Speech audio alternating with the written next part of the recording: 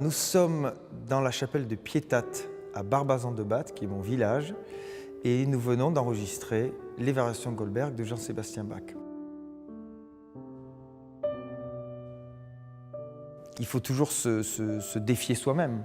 Et les œuvres nous défient aussi. Pour un simple mortel comme moi, d'ouvrir une partition comme les variations Goldberg, c'est une mise à l'épreuve, en fait. C'est l'œuvre d'une vie, en un sens, peut-être l'œuvre de la vie. C'est une sorte d'aventure initiatique, une sorte de voyage aussi. Et c'est vrai qu'il y a tout ce que tu peux trouver dans une vie humaine. Il y a de l'humour, il y a de la gravité, il y a la grâce, il y a de la danse. C'est une espèce de résumé, en fait. Il y a vraiment cette impression-là. Donc c'est très moderne, en fait.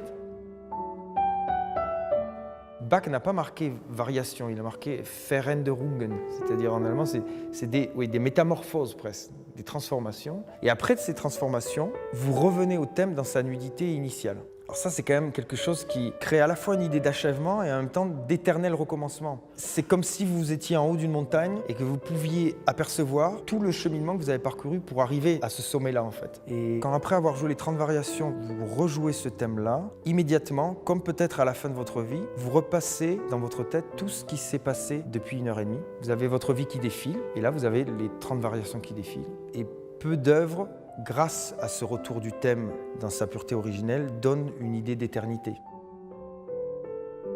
J'estime qu'on est au service d'une œuvre qui est d'une infinie complexité et donc on ne peut jamais avoir l'impression d'en avoir fait le tour et d'être à la hauteur d'un tel chef-d'œuvre. Ça, c'est impossible.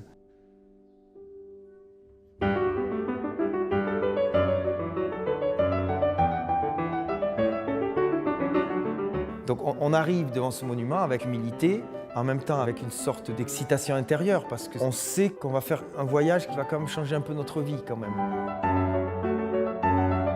J'ai eu cette idée de faire ce disque vraiment chez moi en fait. Et cette petite chapelle, c'est un lieu que j'ai toujours vraiment adoré, mais en plus c'est vrai que pour des raisons acoustiques, ce sont des lieux qui font vivre le son d'une manière particulière.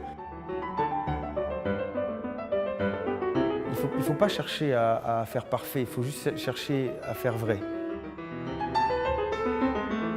Quelque chose qui a du sens, qui est naturel, un discours du début jusqu'à la fin, qui se tienne, qui raconte une histoire dans laquelle chacun peut se retrouver parce que c'est l'histoire de l'homme en général.